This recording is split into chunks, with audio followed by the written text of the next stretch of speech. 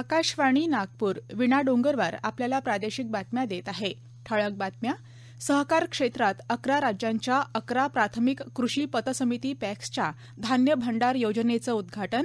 अमरावतीमधील नेर पिंगळाईचा समावेश. केंद्रीय मंत्री नितीन गडकरी आणि उपमुख्यमंत्री देवेंद्र फडणवीस यांच्या उपस्थितीत नागपूरच्या IIITच्या स्थायी परिसराचं उद्घाटन. शिक्षण आणि आरोग्य क्षेत्रात आर्टिफिशियल इंटेलिजन्सद्वारे व्यापक परिवर्तन. राज्यपाल रमेश बैस यांचं प्रतिपादन. आणि नागपूरच्या इंदिरा गांधी शासकीय वैद्यकीय महाविद्यालयात भूमिपूजन आणि लोकार्पण सोहळा केंद्रीय मंत्री नितीन गडकरी यांच्या हस्ते संपन्न. देश हा सहकार क्षेत्राच्या माध्यमातून समृद्धीकडे वाटचाल करत असल्याचं पंतप्रधान नरेंद्र मोदी यांनी म्हटलं आहे. नवी दिल्लीत भारत मंडपम इथं सहकारिता क्षेत्रातल्या विविध परियोजनांची पायाभरणी तसंच लोकार्पण पंतप्रधानांच्या हस्ते आज करण्यात आलं. त्यावेळी ते बोलत होते. सहकार क्षेत्रात 11 राज्यांच्या 11 प्राथमिक कृषी पतसमिती पॅक्सच्या जगातील सर्वात मोठ्या धान्य भंडार योजनेच्या पायलट प्रकल्पाचं उद्घाटन तसंच देशातल्या 18,000 पॅक्स संगणकीकृत परियोजनांचं उद्घाटन पंतप्रधान मोदी यांनी यावेळी केलं. याशिवाय जगातील सर्वात मोठ्या धान्य भंडारा योजनेअंतर्गत 11 राज्यात 11 गोदामांचं लोकार्पण देखील करण्यात आलं. यात विदर्भातील अमरावतीच्या नेर पिंगळाईचा समावेश आहे. कृषी क्षेत्रात आधुनिकीकरण महत्वाचं असून शेतकरी आणि शेती संबंधित मुळं मजबूत करणं हे या सहकार क्षेत्राचं मुख्य उद्दिष्ट असल्याचं त्यांनी यावेळी सांगितलं. यासोबतच देशात 2 लाख सहकारी समित्या बनवण्याचं उद्दिष्ट समोर असल्याचं त्यांनी यावेळी सांगितलं. ज्या देशाकडे तेलाचा मुबलक साठा आहे तो देश पूर्वी श्रीमंत मानला जायचा. आज तेलाची जागा डेटानं घेतली आहे. माहिती तंत्रज्ञानाच्या क्षेत्रानं मोठी क्रांती केली आहे आणि यात भारतीय तरुणांचं महत्त्व जगात मोठ्या प्रमाणात आहे. भारतानं माहिती तंत्रज्ञानासह जैव तंत्रज्ञानाच्या क्षेत्रातही उत्तम प्रगती केली आहे. ही दोन्ही तंत्रज्ञानं भारताचं भविष्य आहे असं प्रतिपादन केंद्रीय मंत्री नितीन गडकरी यांनी आज केलं. नागपुरातील वारंगा डोंगरगाव बुटीबोरी इथं IIIT स्थायी इमारतीचं गडकरी यांच्या हस्ते उद्घाटन झालं. त्यावेळी उपमुख्यमंत्री देवेंद्र फडणवीस यांची प्रमुख उपस्थिती होती. IIITचे संचालक ओमप्रकाश काकडे, कुलसचिव कैलाश डाखले यांची व्यासपीठावर प्रमुख उपस्थिती होती. आज नागपुरात एम्स, IIIT, लॉ युनिव्हर्सिटी कार्यरत आहेत याचा आनंद आहे. गडकरी यांच्या प्रयत्नांमुळे नागपूरमध्ये मोठ्या कंपन्या येत आहेत, रोजगार निर्मिती होत आहे आणि नागपूरची IT हबच्या दिशेनं वाटचाल होत आहे असं प्रतिपादन उपमुख्यमंत्री फडणवीस यांनी यावेळी बोलताना केलं. भारताला जगातील 3ऱ्या क्रमांकाची अर्थव्यवस्था होण्याकरिता माहिती तंत्रज्ञानाच्या क्षेत्रातील तरुणांची भूमिका महत्वाची असणार आहे असंही ते म्हणाले.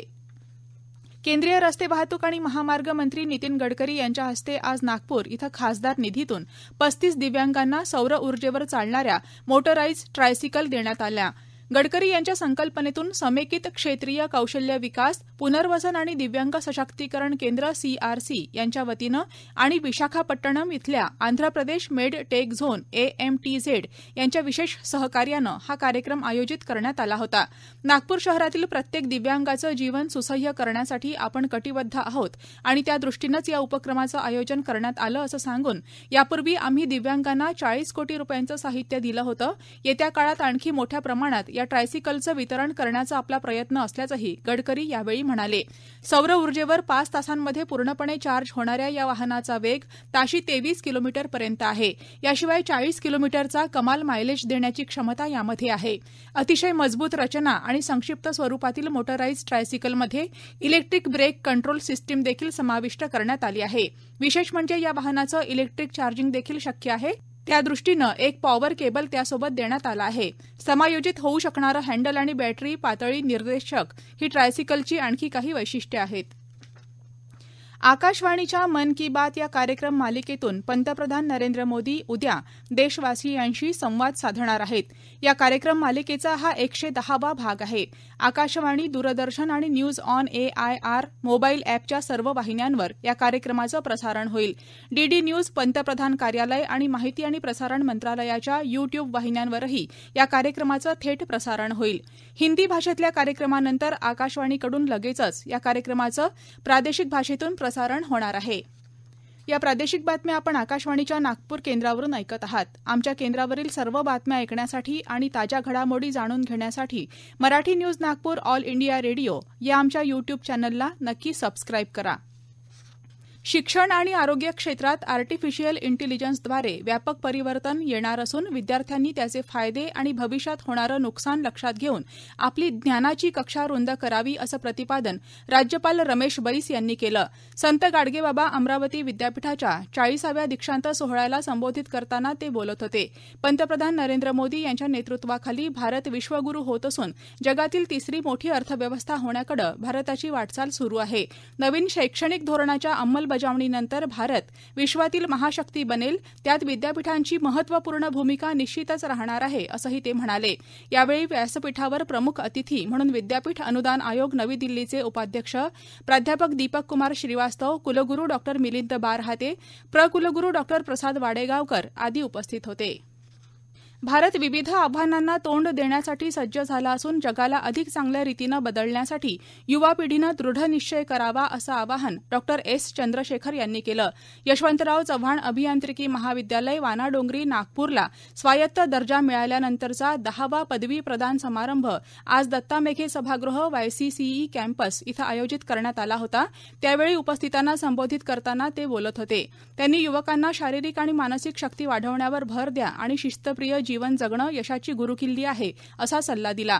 Indian institute of chemical technology IICT हैदराबादचे संचालक आणि भारत सरकारच्या DSTचे माजी सचिव डॉ एस चंद्रशेखर या समारंभाचे प्रमुख पाहुणे होते.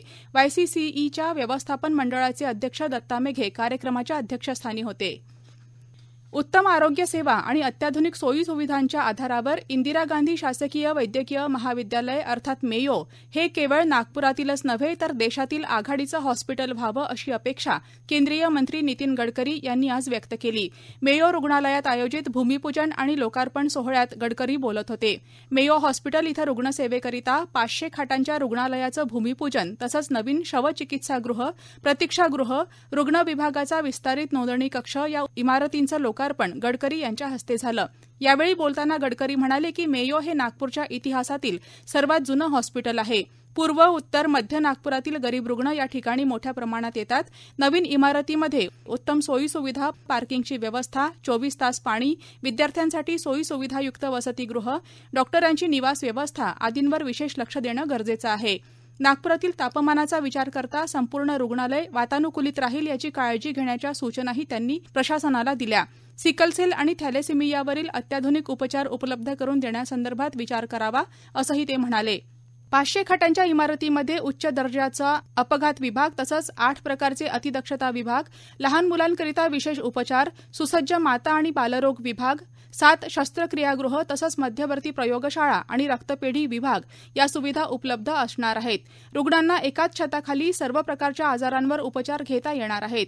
146 कोटी रुपयांचा हा प्रकल्प असून या अंतर्गत 11 मजली इमारत उभी होणार आहे. झाडीपट्टी नाटकाची धमाल दाखवणाऱ्या झॉलीवूड या चित्रपटाला मुंबई इथं गुरुवारी झालेल्या महाराष्ट्र शासनाच्या 57व्या महाराष्ट्र राज्य मराठी चित्रपट पुरस्कार सोहळ्यात 2 पुरस्कार प्राप्त झाले आहेत. प्रसिद्ध अभिनेते जयवंत वाडकर आणि आदिनाथ कोठारे यांच्या हस्ते झॉलीवूडचे दिग्दर्शक तृषांत इंगळे यांनी बेस्ट फिल्म प्रोडक्शनचा पुरस्कार स्वीकारला तर अजित खोब्रागडे यांना सर्वोत्कृष्ट डेब्यू अभिनेत्याचा पुरस्कार देण्यात आला. विशबेरी फिल्म्स निर्मित या चित्रपटाची कथा आसावरी नायडू यांनी लिहिली असून पटकथा, संवाद आणि दिग्दर्शन तृषांत इंगळे यांचं आहे. चित्रपटाचे निर्माते प्रियांका अग्रवाल, अंशुलिका दुबे आणि शाश्वत सिंग आहेत.